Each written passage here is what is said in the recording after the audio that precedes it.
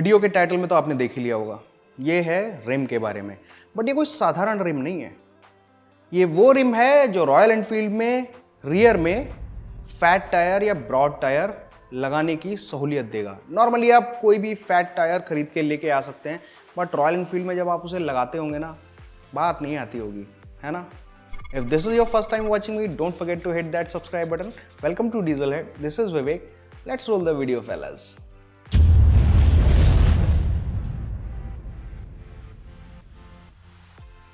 Royal Enfield में rear में fat tyre लगाना इजी नहीं है, और उसका जो रिफ्लेक्शन है वो यूट्यूब पे बिल्कुल क्लियरली दिखाई देता है। इतने सारे वीडियोस है ना रियर फैट टायर डालने के कि बस आप देखते देखते ना थक जाओगे।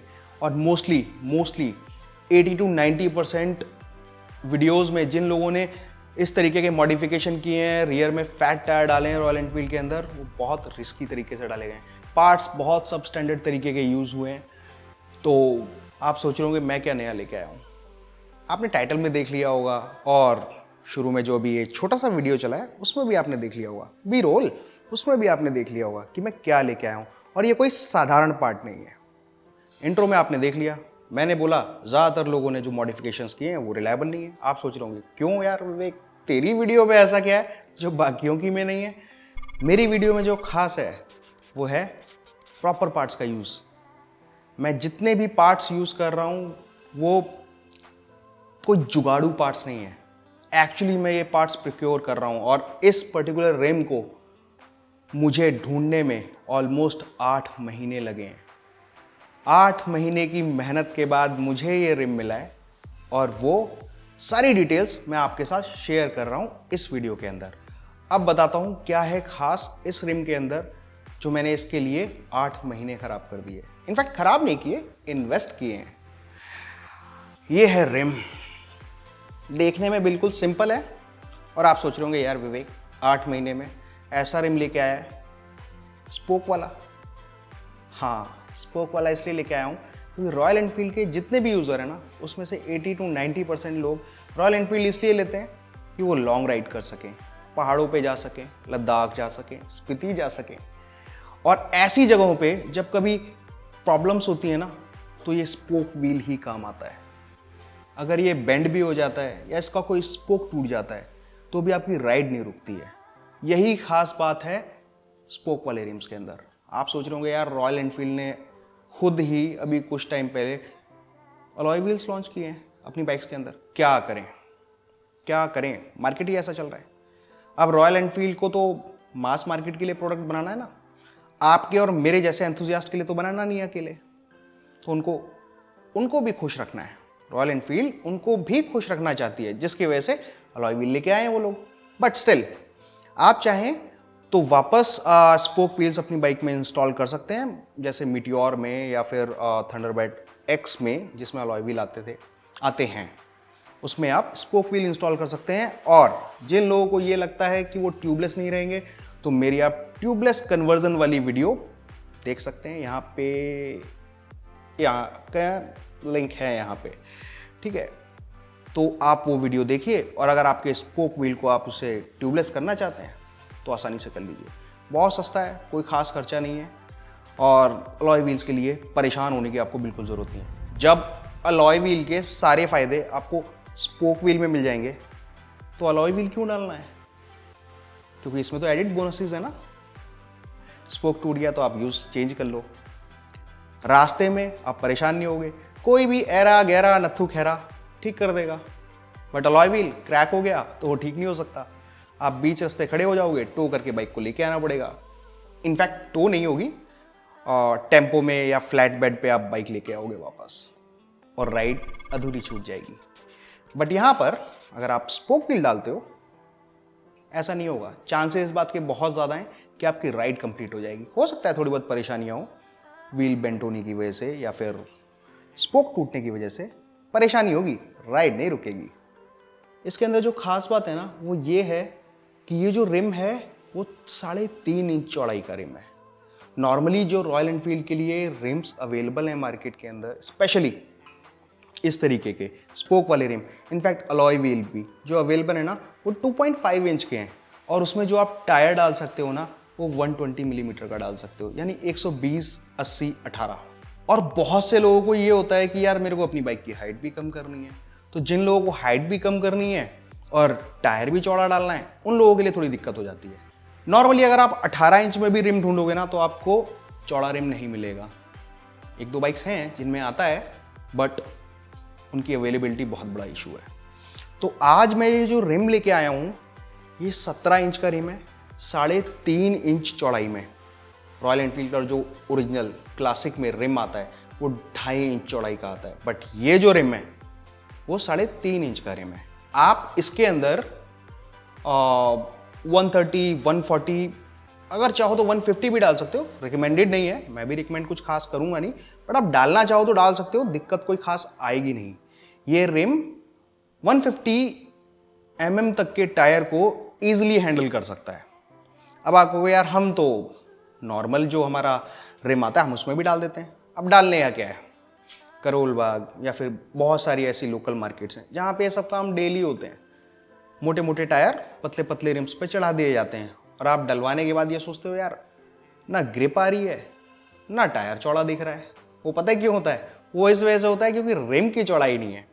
तो उस केस में इस तरीके का ये रिम काम आता है। अब इस रिम की एक और खास बात है कि ये रिम चौड़ा तो है, बट ये रिम एल्यूमिनियम का है, तो उसका वेट बहुत कम है। तो जितना हो सकता है उतना कम रखना चाहिए अनस्प्रंग वेट को। इस वजह से मैंने यहाँ पे ये एल्यूमिनियम का रिम मंगाया है। और इस रिम को मंगाने में, पहली बात तो ढूंढने में और उसके बाद मंगाने में मुझे 8 महीने का टाइम लग गया। आसान नहीं था, बट मेरे साथ एक प्रॉब्लम है ना, मुझे बेस्ट चाहिए, और जब तक वो मिलता नहीं है तब तक मैं लेता नहीं हूँ।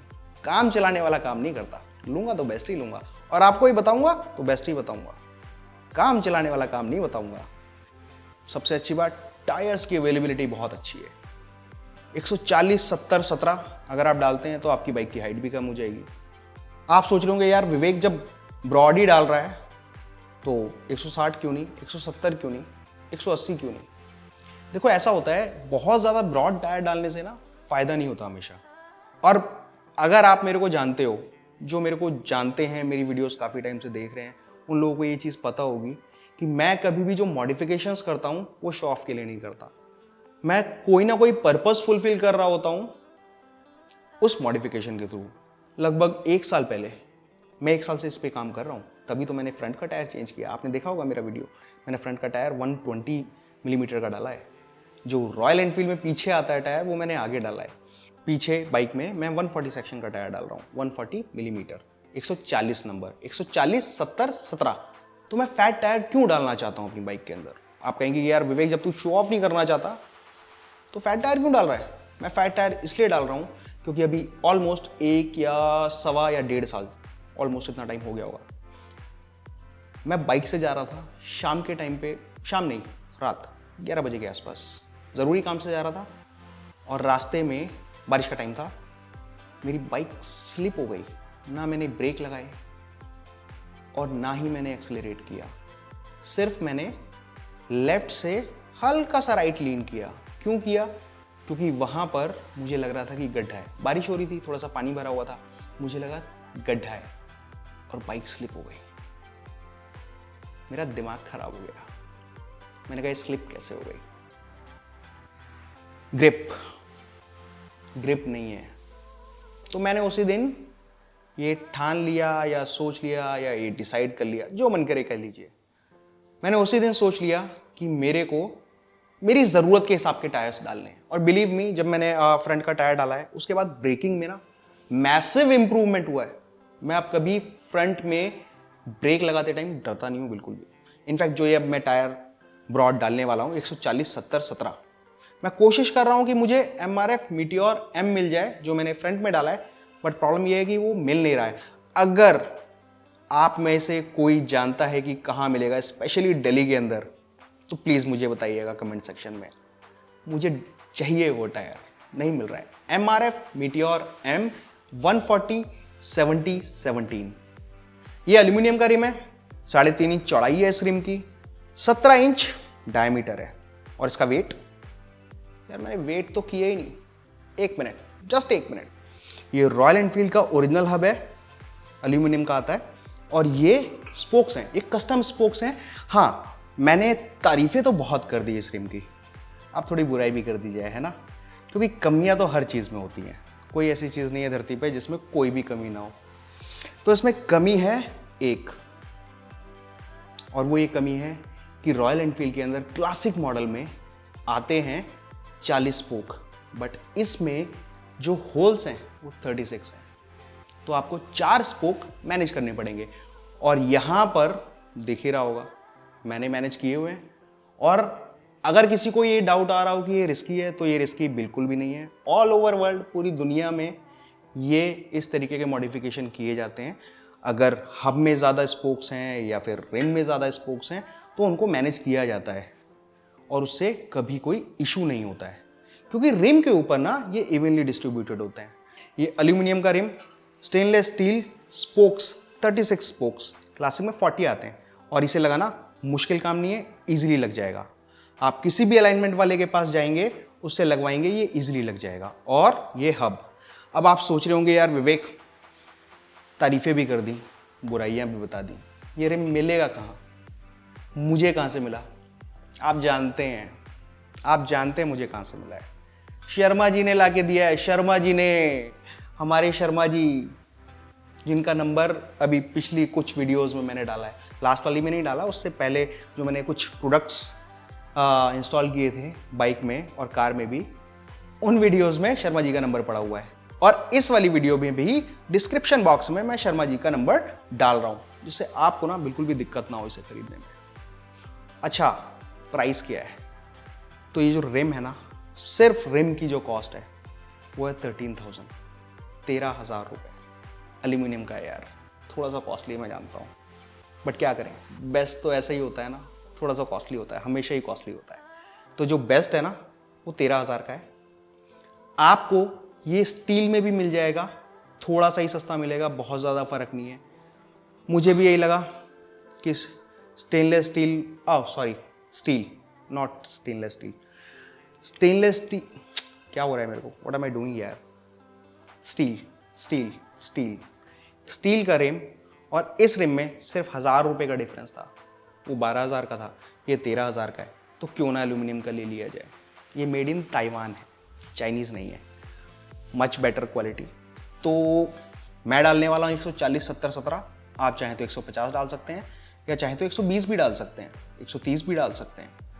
अगर हाँ आप 120 डालते हैं ना, तब भी टायर चौड़ा ही दिखाई देगा, बट मैं रिकमेंड नहीं करूँगा, क्योंकि अगर आप 120 डालेंगे ना, तो जो शोल्डर्स होते हैं ना टायर के शोल्डर्स चलेंगे, फिर रोड पे जो टच करेंगे ना वो शोल्डर्स करेंगे, और कभी भी शोल्डर्स यूज नहीं करने चाहिए टायर के। हमेशा ही जो सेंटर पैच होता है ना टायर का, वो यूज करना चाहिए। जो शोल्डर्स होते हैं वो कॉर्नरिंग के लिए होते हैं, और वो कॉर्नरिंग के ही काम आने चाहिए। तो इसमें भी आप चाहें तो डाल सकते हैं 120, बट मैं रिकमेंड नहीं करूंगा, और बिल्कुल रिकमेंड नहीं करूंगा कि आप 120 डालें। 130 डाल सकते हैं, 140 डाल सकते हैं, 150 भी डाल सकते हैं। 160 थोड़ा ज़्यादा हो जाएगा, फिर जैसे नॉर्मल आपके रिम में होता है ना कि टायर गोल घूम जाता है, ऊंचा होने लग जाता है, तो 160 और उसके ऊपर वो होने लग जाएगा इसके साथ। तो आप 130, 140, 150 तक का टायर डाल सकते हैं, इससे ऊपर टायर मत डालिएगा इस रिम पे। और अगर आपको ये रिम चाहिए तो आप शर्मा जी का नंबर मैं डिस्क्रिप्शन बॉक्स में दे रहा हूँ, और यहाँ स्क्रीन पर भी दिखाई दे रहा होगा। फ़ोन कीजिए, पता कीजिए, शिपिंग चार्जेस वगैरह वगैरह जो भी पता करने हैं, शर्मा जी को फ़ोन करके खड़का के, विदाउट एनी टेंशन। ये मत सोचिएगा शर्मा जी क्या कहेंगे, क्या सोचेंगे, मुझे तो लेना नहीं है, सिर्फ इंक्वायरी करनी है। बिंदास खड़काओ फ़ोन। शर्मा जी बहुत अच्छे इंसान हैं। मेरे इतने टेंट्रम्स झेलते हैं ना, कोई अपनी गर्लफ्रेंड के भी नहीं झेलता होगा। और मुझे ये चीज़ ला के दी। I am really very happy and very thankful to Sharma ji कि उन्होंने मुझे ये रिम ला के दिया। आप समझ नहीं सकते हैं ये रिम कितना इंपॉर्टेंट था मेरे इस प्रोजेक्ट के लिए। और अभी ये प्रोजेक्ट कंप्लीट नहीं हुआ है, अभी जस्ट रिम आया है।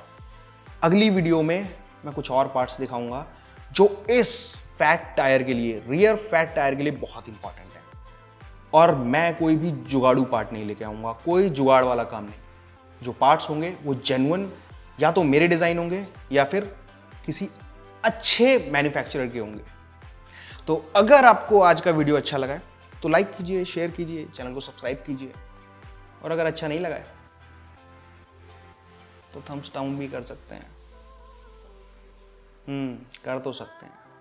If you enjoyed watching this content, smash that like button and we'll be meeting in the next video. आज शायद कुछ ज़्यादा ही जॉली मूड में था मैं. I don't know.